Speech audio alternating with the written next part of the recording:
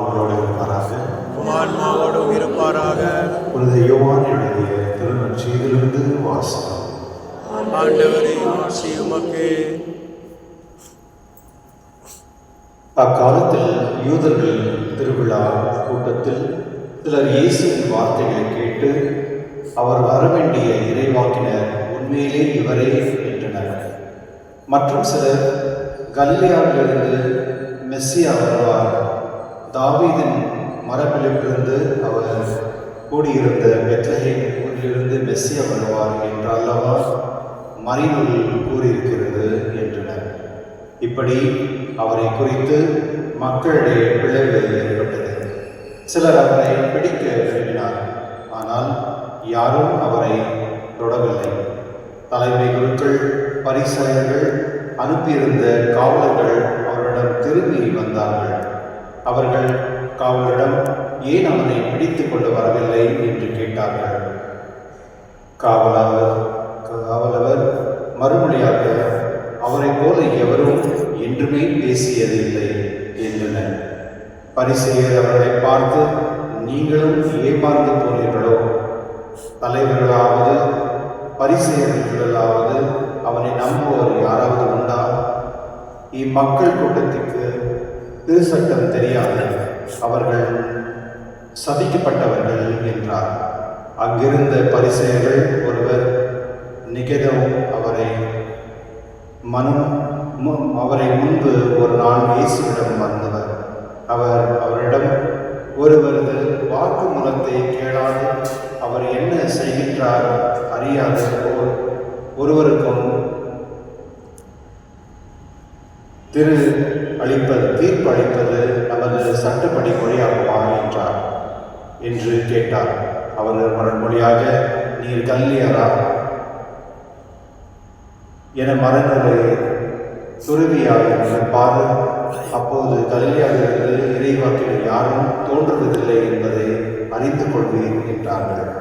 அவர்கள் ஒவ்வொருவரும் அவர்கள் வீட்டுக்கு சென்றார்கள். ஆண்டவரின் அருள்வாக்கு. கிறிஸ்துவே உமக்கு புகழ்.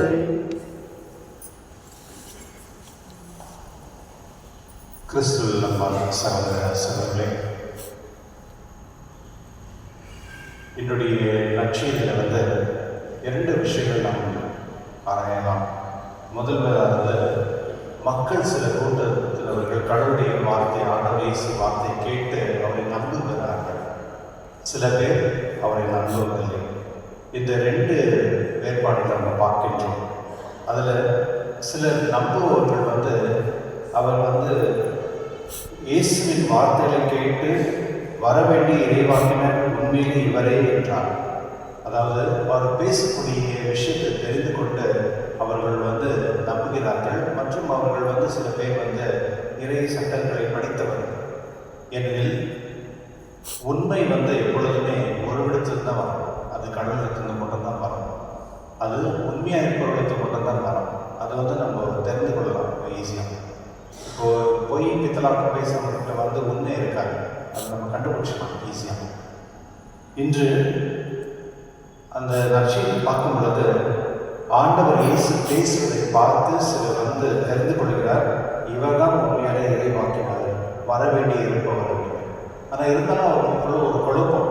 என்ன குழப்பம் அப்படின்னா, இவர்கள் ஆண்டவர் இயேசு இறைவாக்கினர் தாவீது அரசு மூலியமாக தான் அரசு குடும்பத்தில் பிறந்தவராக இருக்க வேண்டும் ஒன்று. இரண்டாவது அவர் மெஸ்ஸியா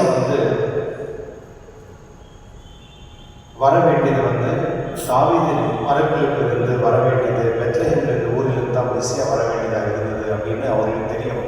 ஆனால் இயேசு அங்கிருந்து பிறந்து வந்தவர் தான். ஆனால் அவருக்கு தெரியல, மக்களுக்கு அவர் எங்கே இருந்து வந்தவர் அப்படின்னு தெரியாததுனால குழப்பத்தில் இருக்கிறாங்க. அதே சமயத்தில் சில பேர் பிடிக்காதவர்கள் ஆண்டவர் இயேசு பிடித்து அவரை அரெஸ்ட் பண்ண சொல்லி ஆளுங்க அனுப்புகிறாங்க. அவர்கள் போய் அரெஸ்ட் பண்ணாமல் மறுபடியும் மீட்டு வராங்க.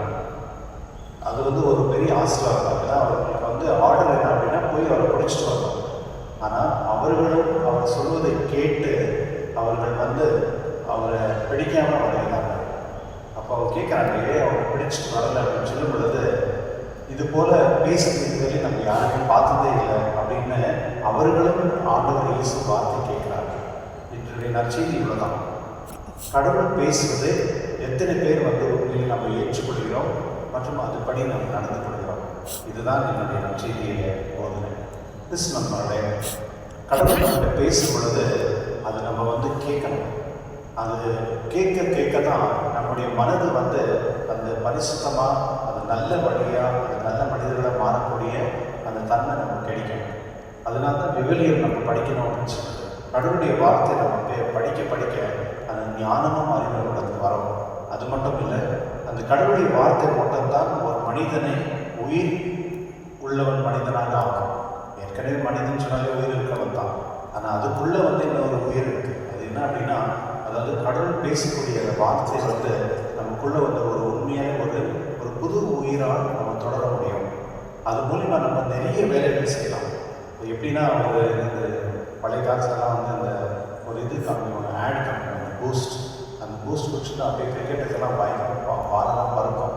பார்த்துருப்பீங்க இல்லையா? இப்போ கூட நீங்கள் கூட குடிக்கிறீங்க, நிறைய பேர் பூஸ்ட்லாம் குடிக்கிறது இல்லையா? சரி, ஓகே. ஹார்லிக்ஸ் குடிப்பீங்க போல. கிறிஸ்துவனாலே சில நேரத்தில் வந்து கடவுள் வந்து இந்த மாதிரி ஒரு உற்சாகம் கொடுப்பார். கடவுள் வந்து நம்மளுக்கு கொடுக்கக்கூடிய அந்த சக்தி இருக்குல்ல, அது மூலமாக நம்ம நிறைய விஷயங்கள் செய்ய முடியும். ஒன்று வந்து கடவுள் கிட்ட இந்த நம்ம கிடைக்கிற ஒரு விஷயம் அப்படின்னா தைரியம். என்ன தைரியம்னா, உண்மை பேசக்கூடிய தைரியம் வந்து நம்ம கடவுள் கொடுப்பார். ரெண்டாவது வந்து எப்பொழுதுமே மற்றவர்களுக்காக நம்ம வந்து ஏதாவது செய்ய வேண்டும் அப்படின்ற ஒரு மனப்பான்மை கடவுள் கொடுப்பார். அது ரொம்ப முக்கியமானது.